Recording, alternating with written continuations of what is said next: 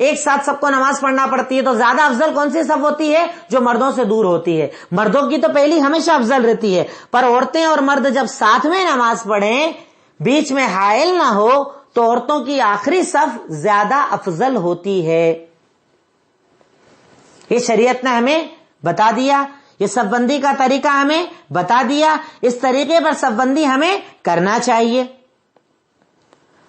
اب ایک مسئلہ یہاں پر یہ آتا ہے کہ صف بندی اگر آپ کر رہے ہیں الگ الگ اعتبار سے, الگ الگ جماعت کے اعتبار سے, جب صف بنائی جائے گی, نماز کے لیے سب کو تیار کیا جائے گا, تو صفیں کیسے بنائی جائیں گی؟ تو اس میں جو ہمارے پاس کنڈیشنز ہوتی ہیں نا, اس کے اکارڈنگ میں آپ کو صف بتا دیتا ہوں. کئی لوگ کنفیوز ہوتے ہیں صف بنانے کے تعلق سے, بہت کنفیوز ہوتے ہیں جماعت کے تعلق سے, اس لیے صف بندی کے طریقے آپ کو پتا ہونا چاہیے, کیونکہ اب باقاعدہ آپ ایک عالم اور عالمہ کورس کر رہے ہیں, تو آپ کو ہر چیز پتا ہونا چاہیے. اس لیے میں ہر مسئلے سے جو موٹے موٹے پوائنٹ ہے وہ آپ کے سامنے جمع کر کے انشاءاللہ بیان کر رہا ہوں. اب اس کے بعد لکھیں, میں نے صف کا افضلیت بتا دی.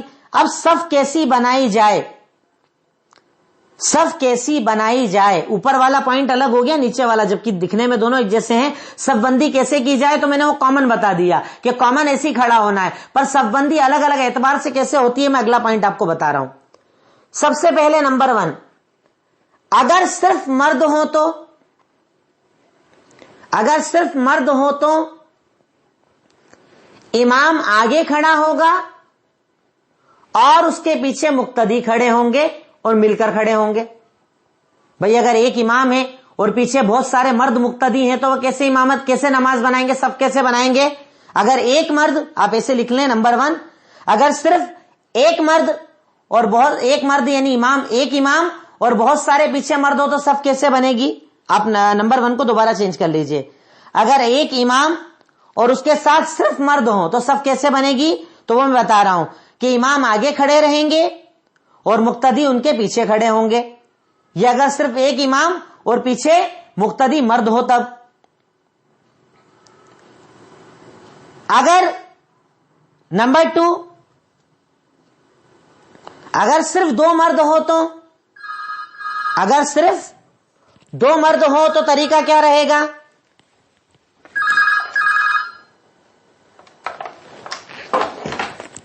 اگر صرف 2 مرد ہوں, نمبر 2 لکھ لیجئے, تو طریقہ کیا ہوگا؟ اگر صرف 2 مرد ہوں تو دونوں ایک ساتھ کھڑے ہوں گے, امام سیدھے ہاتھ پر ہوگا اور اس کے یعنی امام کا جو رائٹ ہینڈ ہوگا, امام کا جو سیدھا سائیڈ ہوگا اس طرف وہ مقتدی کو کھڑا کرے گا. اگر صرف 2 مرد ہو تو, اگر صرف 2 مرد ہوں تو ان کا طریقہ یہ ہوگا کہ امام اپنے سیدھے ہاتھ کی طرف مقتدی کو کھڑا کر لے گا. اگر مرد ہو تو یہ سمجھنا ابھی بہت ٹپیکل مسئلہ ہے, لوگ بہت کنفیوز ہوتے ہیں اس کے اندر. اس لیے میں نے پہلے بتایا ایک امام اور پیچھے مرد, امام آگے کھڑے ہو گئے, پیچھے ان کے جو ہے مرد کھڑے ہو گئے. اگر 2 مرد ہوں, 2 آدمی ہوں تو کیا ہوگا؟ تو اس صورت کے اندر امام کے سیدھے ہاتھ کی طرف وہ مقتدی کو کھڑا کر لے گا, پیچھے نہیں کھڑا ہونا ہے. یعنی سنگل جیسے ہم لوگ جماعت میں پڑھتے ہیں ویسے 2 کی صورت میں نہیں ہوگا, صرف 2 ہیں تو اس طریقے پر ہوگا. اگر 3 ہو تو نمبر 3, اگر 3 ہو مرد تو ایک امام آگے کھڑا ہوگا, پیچھے 2 مقتدی کھڑے ہو جائیں گے.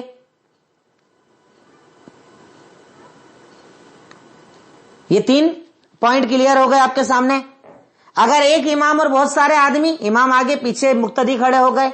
اگر صرف 2 آدمی ہو تو امام اور اس کے سیدھے ہاتھ کی طرف وہ مقتدی کو کھڑا کر لے گا, یعنی آس پاس کھڑے ہو جائیں گے دونوں. اور اگر 3 مرد ہوں تو ایک آگے امام کھڑا ہو جائے گا, پیچھے 2 مقتدی ہو جائیں گے. نمبر 4, اگر صرف عورتیں ہوں تو, اگر صرف عورتیں ہوں تو امام ان کا مرد کی طرح آگے کھڑا نہیں ہوگا بلکہ صف کے بیچ میں کھڑا ہوگا. یہ فرق ہے دونوں کے بیچ میں کہ اگر صرف عورتیں نماز پڑھ رہی ہوں, صرف عورتیں ہیں, مرد نہیں ہے, ان کا امام نہیں ہے, صرف عورتیں اور عورت کو امام بننا ہے, تو ان کی امام صف کے بیچ میں کھڑی ہوگی, ان کی امام صف کے بیچ میں کھڑی ہوگی. اب اگر ایک مرد اور ایک عورت ہو تو کئی لوگ یہ غلطی کر لیتے ہیں جہالت کے اندر، کم علمی کی وجہ سے میاں بیوی ایک ساتھ کھڑے ہو کے نماز پڑھ لیتے ہیں. تو یہ فرق ہے مسائل کے اندر، اس کو سمجھنا بہت زیادہ ضروری ہے. اور میں پھر کہہ رہا ہوں کہ چونکہ آپ باقاعدہ ایک کورس کر رہے ہیں، اب لوگ آپ سے آگے سوالات کریں گے، پوچھیں گے، تو اس لیے آپ ان چیزوں کو سمجھیں. اب اگر ایک مرد اور ایک عورت ہو تو اس صورت کے اندر مرد آگے کھڑا ہوگا، عورت پیچھے، چاہے میاں بیوی ہی کیوں نہ ہو، چاہے آپ کے محرم رشتے دار کیوں نہ ہو، لیکن عورت مرد کے پاس میں سب کبھی نہیں بنائے گی. اگر سنگل بھی ہو تو مرد آگے کھڑا ہوگا سنگل، اور لیڈی جو عورت ہوگی وہ پیچھے اکیلی کھڑی ہوگی. اس کے بعد ایک اور لکھ لیں کہ اگر دو آدمی اور ایک عورت ہو تو، اگر دو آدمی اور ایک عورت ہو تو اس صورت کے اندر وہ دونوں آدمی آگے کھڑے ہوں گے اور ان کے پیچھے عورت صف بنائے گی. جو دو آدمی ہے، جو طریقہ دو آدمیوں کا وہ تو وہی رہے گا، آس پاس کھڑے ہونے والا، پر عورت اس حالت کے اندر بھی پیچھے اکیلی کھڑی ہوگی، اکیلی صف میں کھڑی رہے گی. یہ صف بندی کا مختصر سا طریقہ ہے جو تقریباً 5 پوائنٹ کے اندر آتا ہے کہ اگر صرف مرد ہو تو مرد امام آگے، پیچھے لوگ کھڑے ہو جائیں گے. صرف عورتیں ہوں تو بیچ میں عورت کھڑی ہو جائے گی. اگر ایک مرد اور ایک عورت ہو تو آگے پیچھے کھڑے ہوں گے. اگر صرف دو مرد ہو تو پاس پاس میں کھڑے ہوں گے. اور اگر دو مرد اور ایک عورت ہو تو، یا ایک سے زیادہ بھی ہو جائیں تو صف بناتی چلے جائیں گی. تو دو مرد آگے کھڑے ہوں گے اور عورت جو ہے وہ صف کے اندر پیچھے کھڑی ہوگی. تو تقریباً یہ موٹے موٹے مسائل صف بندی کے تعلق سے مکمل ہوئے.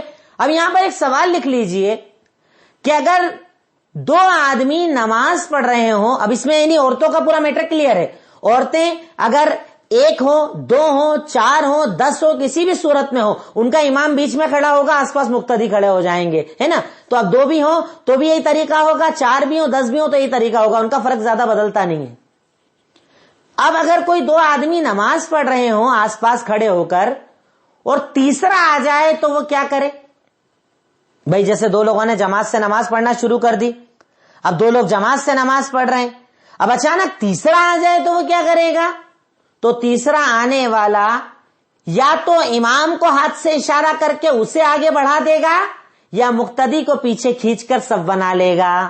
یہ جائز ہے، اللہ کے نبی صلی اللہ علیہ وسلم سے ثابت ہے، آپ صلی اللہ علیہ وسلم کا یہ عمل ہے. اور یہ صفوں کے تعلق سے بھی دلیلیں آپ کو ڈھیر مل جائیں گی، پر میں صرف مسائل بتا رہا ہوں، ہر ایک کی الگ الگ دلیل آپ کو نہیں بتا رہا ہوں، نہیں تو یاد رکھنا اور لکھنا بہت زیادہ ہو جائے گا آپ کے پاس. تو اگر 2 آدمی جماعت سے نماز پڑھ رہے ہوں اور تیسرا آ جائے تو وہ کیا کرے گا؟ اگر آگے جگہ ہو تو وہ امام کو ہاتھ سے اشارہ کر کے آگے بڑھا دے گا، اور اگر آگے جگہ نہ ہو تو وہ مقتدی کو پیچھے کھینچ لے گا، اور اس طریقے سے وہ اپنی نماز کو باجماعت مکمل کرے گا. یہ صف بندی کے مختصر سے مسائل ہیں جس کے اندر لوگ بڑے کنفیوز ہوتے ہیں، اور کنفیوژن کے اندر کئی مرتبہ غلط عمل بھی کر لے جاتے ہیں جو ان کے لیے جائز اور درست نہیں ہے، جو طریقہ صحیح نہیں ہے. ایک بات میں یہاں پر آپ کو لکھا دوں، اس کے پہلے، امامت کے پہلے، یہ آج کا ہمارا لاسٹ پوائنٹ ہو جائے گا. نماز میں سر ڈھانکنا یا نماز میں سر ڈھانکنے کا حکم کیا ہے؟ نماز میں سر ڈھانکنے کا حکم کیا ہے؟ کیونکہ آپ نے دیکھا ہوگا نا، ہمارے دنگل چلتا ہے اس کے اوپر زبردست طریقے سے. ایک طرف وہ لوگ جو ٹوپی پہننے کو ہی گناہ سمجھتے، اور ایک طرف وہ لوگ جو نہیں پہننے والے کو کافر تک بول ڈالتے اور نمازی نہیں ہوتی ایسا بول ڈالتے، ہے نا. ہمارے یہاں دیکھا ہوگا آپ نے 2 طرح کے لوگ پائے جاتے ہیں، ایک ٹوپی پہننے میں سختی کرنے والے، دوسرے چھوڑنے میں سختی کرنے والے. میں یہ کہتا ہوں کہ دونوں ہی غلط ہیں. نہ چھوڑنے میں اتنی سختی کرنا چاہیے اور نہ پہننے میں اتنی سختی کرنا چاہیے. سب سے پہلے میں آپ کو یہ بتاؤں کہ ٹوپی کا اسلام کے اندر کیا وجود ہے. پہلے تو آپ یہ دیکھیے، بھائی جو لوگ ٹوپی کو لازم قرار دیتے ہیں کہ ٹوپی پہننا ہی پڑے گی، بنا ٹوپی کے نمازی نہیں ہوتی، اور اس کے پہلے یہ ضرور جان لیں کہ عورت کو تو ہر حال میں سر ڈھانکنا ہے، وہ تو اس میں کوئی شک ہی نہیں ہے.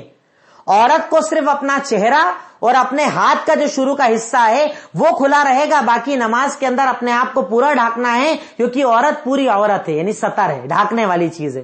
عورت کے مسئلے میں کوئی کنفیوژن نہیں ہے، عورت کو اپنے آپ کو پورا ڈھانکنا ہے، ساتر لباس پہننا ہے, ہاتھوں کو پیر, جیسے پیر کا ٹخنے کے نیچے کا جو حصہ ہوتا ہے, ہاتھ کا جو رس کے اوپر کا جو حصہ ہوتا ہے ہمارا, جس کو ہتھیلیاں وغیرہ جس کے اندر آتی ہے وہ, اور چہرے کا اوپر کا حصہ, یہ 3 چیز کے علاوہ باقی سب کچھ ایک عورت کو ڈھانکنا پڑے گا اگر وہ نماز پڑھ رہی ہے تو. سر بھی ڈھانکے گی, ہاتھوں کو بھی ڈھانکے گی, پینوں کو بھی ڈھانکے گی, صرف پیر کا میں نے بتایا ٹخنے کے نیچے کا حصہ, ہاتھ کا آگے کا حصہ اور چہرہ اتنا کھلا وہ رکھ سکتی ہے نماز پڑھنے کے لیے, پر باقی اس کو پورا اپنے جسم کو ڈھانکنا پڑے گا. لیکن مرد, اب ہمارے ہاں وہ لوگ جو کہتے ہیں کہ سر ڈھانکے بنا نماز نہیں ہوتی, ان کی دلیل کیا ہے؟ ان کی دلیل ہے سورہ اعراف آیت نمبر 31. سورہ اعراف آیت نمبر 31, اللہ رب العالمین کا فرمان, خذوا زینتکم عند کل مسجد, ہر مسجد یعنی جب بھی مسجد جاؤ زینت اختیار کرو, جب بھی مسجد جاؤ زینت اختیار کرو. تو زینت کا کچھ لوگوں نے ترجمہ یہ کر لیا یا یہ سمجھ لیا کہ زینت کا مطلب یہ ہے کہ ٹوپی لگاؤ. تو کیا ایسی حقیقت ہے؟ کیا شریعت میں اس کا وجود ہے؟ کیا قرآن و حدیث سے یہ چیز ثابت ہے؟ میں آپ کو اس کے سامنے کلیئر کر دوں, اس بات کو کلیئر کر دوں. اب سب سے پہلے قرآن کی آیت کو سمجھنے کے لیے ضروری ہے کہ آپ اس آیت کا شان نزول دیکھیں. اسی آیت کا, سورہ اعراف کا آیت نمبر 31 کا, قرآن کی کسی بھی تفسیر کے اندر جب آپ شان نزول دیکھیں گے تو شان نزول کے اندر لکھا ہے کہ کفار مکہ چونکہ مکہ کے اندر حرم کا طواف ننگے ہو کر کرتے تھے, برہنہ کرتے تھے, تو قرآن میں اللہ نے حکم دیا کہ خذوا زینتکم, مطلب کپڑے پہن کر طواف کرو, برہنہ ہو کر طواف مت کرو. اس کا ٹوپی سے کوئی تعلق نہیں, ٹوپی کا کوئی وجود نہیں. اور اگر آپ چاہیں, آپ کے گھر کے اندر قرآن موجود ہے, سورہ اعراف کی آیت نکالیے, نیچے تفسیر میں شان نزول دیکھیے, آپ کو خود مل جائے گا کہ کفار مکہ چونکہ برہنہ ہو کر طواف کرتے تھے, اس لیے اللہ رب العالمین نے یہ حکم دیا کہ جب بھی طواف کرو تو کپڑے پہنو, بنا کپڑوں کے طواف نہ کرو, برہنہ ہو کر طواف نہ کرو. ٹوپی کا کوئی وجود نہیں ہے اس کے اندر, ٹوپی کا کوئی ذکر نہیں ہے اس کے اندر.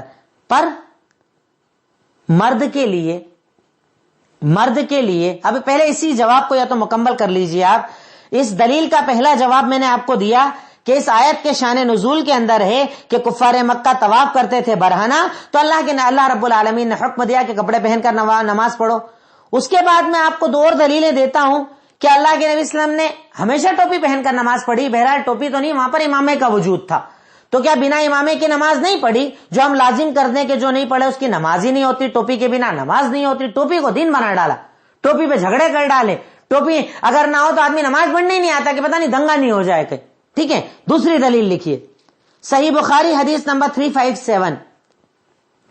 صحیح بخاری حدیث نمبر 357, صحابی کہتے ہیں رأیت النبی یصلی فی ثوب واحد متوحشا فی بیت ام سلمہ قد القى طرفیہ علی عاتقیہ, میں نے اللہ کے نبی صلی اللہ علیہ وسلم کو ام سلمہ کے گھر میں صرف ایک کپڑا پہن کر نماز پڑھتے دیکھا. آپ نے چادر کو لپیٹ رکھا تھا اور اپنے کندھے پر ڈال رکھا تھا. دیکھیے کلیئر حدیث بنا کسی شک کی. صحابی کہتے ہیں میں نے اللہ کے نبی صلی اللہ علیہ وسلم کو ام سلمہ کے گھر میں صرف ایک چادر میں نماز پڑھتے دیکھا. آپ نے چادر کو لپیٹ رکھا تھا, کندھوں کو ڈھانک رکھا تھا اور کندھے کے اوپر چادر کے کپڑے ڈال رکھے تھے. یعنی چادر کو پورا لپیٹ لیا اور جو اس کا سرا ہوتا ہے نا وہ کندھوں کے اوپر ڈال لیا تھا, کیونکہ کندھے ڈھکنا ضروری ہے نماز میں مرد کے لیے. تو اس بات کا دوسرا جواب کہ اللہ کے نبی صلی اللہ علیہ وسلم نے صرف ایک چادر میں نماز پڑھی, مطلب دوسرا کچھ نہیں تھا. اب اگر سر ڈھانکنا لازمی ہوتا, اس کے بنا نماز نہیں ہوتی, تو اللہ کے نبی 2 کپڑے لیتے نا, ایک امامہ باندھتے نا, ٹوپی پہنتے نا. پر صحابی نے کہا صرف ایک ہی کپڑے کے اندر نماز پڑھی. دوسری اس سے بھی زیادہ کلیئر دلیل, اس سے بھی زیادہ واضح دلیل, صحیح بخاری حدیث نمبر 339. یہ تیسری دلیل ہو گئی ہماری بات کی. پہلے تو آیت کا شان نزول, اس کے بعد دوسری دلیل صحیح بخاری حدیث نمبر 357, اب تیسری دلیل صحیح بخاری حدیث نمبر 339. حضرت جابر ابن عبداللہ رضی اللہ تعالی عنہ نے ایک چادر اپنے اوپر لپیٹی اور دوسرے کپڑے کو اپنے سامنے رکھ کر نماز پڑھی. حضرت جابر ابن عبداللہ نے ایک چادر میں اپنے جسم کو لپیٹا اور دوسری چادر کو سامنے رکھا اور نماز پڑھی. کسی نے سوال کیا کہ آپ کے پاس جب 2 تھی تو 2 کیوں نہیں پہن لی؟ تو آپ نے کہا میں چاہتا تھا کہ آپ جیسے جاہلوں کو یہ بات پتا چل جائے کہ میں نے اللہ کے نبی کو ایک چادر میں نماز پڑھتے دیکھا ہے. کلیئر دلیل. جابر ابن عبداللہ نے 2 چادر ہوتے ہوئے بھی ایک چادر کو لپیٹا, دوسرے کو سامنے رکھی اور نماز پڑھا. سوال کرنے والے نے پوچھا کہ جب 2 تھی تو 2 کیوں نہیں پہنی؟ تو کہا میں چاہتا تھا تم جیسے جاہلوں کو یہ بات پتا چل جائے کہ میں نے اللہ کے نبی اسلام کو ایک چادر میں نماز پڑھتے دیکھا ہے. یعنی امامہ ضروری نہیں تھا, ٹوپی ضروری نہیں تھی, سر ڈھانکنا ضروری نہیں تھا. یہ دلیل ہے اس بات کی. تیسری دلیل, اور اس کی ایک اور دلیل ہے صحیح بخاری حدیث نمبر 344. صرف حوالہ لکھ لیجئے, اس میں بھی ایسے ہی الفاظ ہیں. 4 دلیلیں اس سلسلے کے اندر کہ نماز کے اندر سر ڈھانکنا کوئی فرض چیز نہیں, کوئی واجب چیز نہیں, کوئی ضروری چیز نہیں کہ ہر مرد کی آپ ذمہ داری بنا دیں کہ صاحب بنا ٹوپی کے آپ کی نماز ہی نہیں ہوتی. ایسا کہنا غلط ہے. یہ اس کی 4 دلیلیں میں نے آپ کو بتا دی. صحیح بخاری حدیث نمبر 344 چوتھی دلیل ہے اس کی. اب اس کے بعد لکھیں کہ مرد کے لیے کتنا حصہ ڈھانکنا ضروری ہے. مرد کے لیے نماز میں کتنا حصہ ڈھانکنا ضروری ہے؟ تو مرد کے لیے اوپر کندھوں سے لے کر نیچے پنڈلیوں تک کا حصہ یا ٹخنے تک کا حصہ, ٹخنے کے اوپر تک کا حصہ ڈھانکنا ضروری ہے. مردوں کے لیے کندھے سے لے کر اوپر, نیچے ٹخنے کے اوپر تک کا حصہ نماز میں ڈھانکنا ضروری ہے. مطلب اس کے گھٹنے تک تو کم سے کم ڈھکے ہونا چاہیے. کندھے سے لے کر گھٹنے تک تو ڈھانکنا ضروری ہے. گھٹنے کے کچھ نیچے کپڑا ہو تو وہ بہتر ہے, ہونا چاہیے. پر اگر نہ بھی ہو, یعنی اگر پنڈلیوں تک بھی کپڑا آ جائے تو کوئی مسئلہ نہیں ہے, یعنی تھوڑا اوپر بھی ہو جائے ٹخنے سے تو کوئی مسئلہ نہیں ہے. پر کندھے سے لے کے اس کو گھٹنے تک ڈھانکنا ضروری ہے, کیونکہ اس کا شرمگاہ کا حصہ ہے. کندھے ڈھانکنا ضروری ہے. اب لیکن مسئلہ یہاں پر یہ آتا ہے, ایک طرف تو ان کا جواب ہو گیا جو ٹوپی کو لازم قرار دیتے ہیں, پر دوسری طرف وہ شدت کرنے والے جو ٹوپی نہیں پہنتے وہ یہ جان لیں کہ اللہ کے نبی صلی اللہ علیہ وسلم نے زیادہ تر امامہ پہن کر نماز پڑھی, کیونکہ آپ نے امامے پر مسا بھی کیا ہے, امامے میں نماز بھی پڑھی ہے. تو سر کا ڈھانکنا بری چیز نہیں ہے, سر کا ڈھانکنا غلط چیز نہیں ہے, یا سر ڈھانکنے والوں کو الزام تراشیاں کرنا, سر ڈھانکنے والوں کو برا بولنا یہ آپ کے لیے جائز نہیں ہے, کیونکہ اللہ کے نبی صلی اللہ علیہ وسلم نے زیادہ تر امامہ پہن کر نماز پڑھی, امامہ پہن کر آپ رہتے تھے. اس لیے سر ڈھانکنا اچھی چیز ہے, نماز میں سر مرد کو ڈھانکنا چاہیے, یہ اچھی چیز ہے, بہتر چیز ہے, اسے اپنانا چاہیے. پر پہننے میں شدت کرنا یا اتارنے میں شدت کرنا دونوں غلط ہے. دونوں کو میں غلط کہتا ہوں اور دونوں پہ عمل کرنا غلط ہے, کیونکہ اس بنیاد پر لوگوں نے جھگڑے کر ڈالے ہیں, اس بنیاد پر لوگوں نے مسجدوں کو الگ کر ڈالا ہے, اس بنیاد پر لوگوں نے تعلقات کو توڑ ڈالا ہے, جو ایک مومن کے لیے قطعاً جائز اور درست نہیں ہے کہ ایسے مسائل کی وجہ سے اپنے آپ کو الگ کر لے, اپنے آپ کو ٹکڑوں میں بانٹ لے, نماز کے اندر اتنے زیادہ اختلافات پیدا کر لے کہ ایک دوسرے سے تعلقات نہ رکھے. یہ جائز نہیں ہے, اس سے ایک مومن مسلمان کو بچنا چاہیے. تو آج میں نے آپ کے سامنے سترے کے احکامات کو کلیئر کیا, سترے کے احکامات آپ کو بتائے کہ سترے کے احکامات کیا ہیں, سترہ ضروری ہے. اس کے بعد میں نے آپ کو صف بندی کا طریقہ بتایا, صف بندی ضروری ہے, پیر سے پیر کندھے سے کندھا ملانا ضروری ہے, الگ الگ حالتوں میں صفیں کیسی بنائی جائے یہ آپ کو بتایا, اور آخری میں ایک مسئلہ بتایا سر ڈھانکنے کا یا ٹوپی کا مسئلہ, جس کو بہت بڑا اہم مسئلہ بنا لیا ہے. اور مجھے تعجب یہ ہوتا ہے آخری مسئلے پر میں کہوں کہ ٹوپی پر اتنا جھگڑا کرنے والے کبھی داڑھی پر جھگڑا کیوں نہیں کرتے؟ بھئی یہ بھی تو بولنا چاہیے, ٹوپی کے بنا نماز نہیں ہوتی, داڑھی کے بنا نماز ہو جائے گی. داڑھی اللہ کے نبی کی سنت, ساری زندگی آپ نے رکھی, آپ کے صحابہ نے رکھی, آپ نے رکھنے کا حکم دیا ہے, کوئی کنفیوژن نہیں ہے اس کے اندر, حکم ہے. اعفوا اللحى, داڑھیوں کو چھوڑ دو. تو وہ داڑھی جس کو اللہ کے نبی صلی اللہ علیہ وسلم نے رکھنے کا حکم دیا, ضروری اور واجب قرار دیا, یہودیوں کی مخالفت کا حکم دیتے ہوئے داڑھی رکھنے کا حکم دیا, اس پر کبھی جھگڑا نہیں ہوتا, پر ٹوپی کے مسئلے پر جھگڑا ہوتا ہے. تو ہمیں سوچنا چاہیے کہ شیطان ہم کو اصل سے نکال کر نقل کے اندر ڈھکیلتا ہے اور ہماری زندگیوں کو, ہمارے مقصد کو برباد کرتا ہے. تو ہمیں شیطانی مقصد سے بچ کر اپنے آپ کو دین کے مقصد پر لگانا چاہیے, دین کی تعلیمات کو سمجھنا چاہیے تاکہ ہم خود بھی سمجھ سکیں اور انشاءاللہ دوسروں کو بھی سمجھا سکیں۔ اللہ رب العالمین ہم تمام کو دین صحیح پر عمل کرنے کی توفیق عطا فرمائے، صحیح طریقے سے نماز پڑھنے والا بنائے، غلط طریقوں سے اللہ تعالی ہمیں بچائے۔ وآخر الدعوانا الحمدللہ رب العالمین۔ السلام علیکم ورحمۃ اللہ وبرکاتہ۔